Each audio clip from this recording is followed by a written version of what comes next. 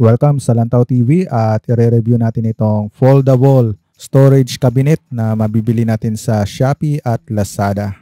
So ito na po siya guys, no?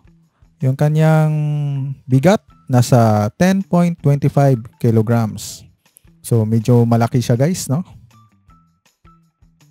O ayan, nabuksan na po natin at may kasama siyang gulong na 4 na piraso. So ito po siya guys, no? Nakatiklop lang. Naka-fold lang. So madali lang siyang ayusin at saka madali rin siyang ligpitin. Yung in-order ko pala ay 5 layers. Medyo may kataasan na din. Okay, install na po natin. So ganyan lang po siya guys, no? So ayan. Mayroon ka ng box. Dito ipitin lang na po natin. Yan. Medyo matigas pa kasi bago. Dito naman i-push lang po natin. Yan. Mabilis lang siyang i-install. So kahit sino, kayang-kaya niyang i-assemble po ito. So mayroon pala siyang damage guys, no? Pero na ano na to, na refund na ng seller. Di talaga maiwasan na maibagsak siya ng rider.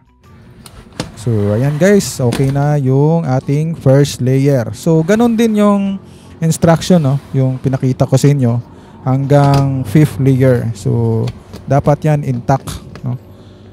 So ayan po yung kanyang pinakaitaas. Sa una talaga ay mahirapan kang itama yung kanyang lock, no, sa loob. At saka okay na din yung plastic na ito. Matibay na din ito para sa ating mga damit. So ito nga pala yung ano, yung damage. Siguro naipit or nabagsak ito. So yan po yung kanyang damage. Na-refund naman po yan ni seller na bibili na lang tayo ng glue. Mahirap naman itong i-return na kasi mabigat at saka malaki. So dito ilalak na po natin. So ayan. So dito ba yun sa kabila, ilock din natin. So ayan, at saka ito po ay magnetic yung kanyang lock. So ayan, oh, magnetic po yan. So okay naman, quality naman yung plastic. So dito yung kanyang gulong, no? Kahit saan naman dito ilalagay natin, pwede lang. At saka dalawa dito ay may lock.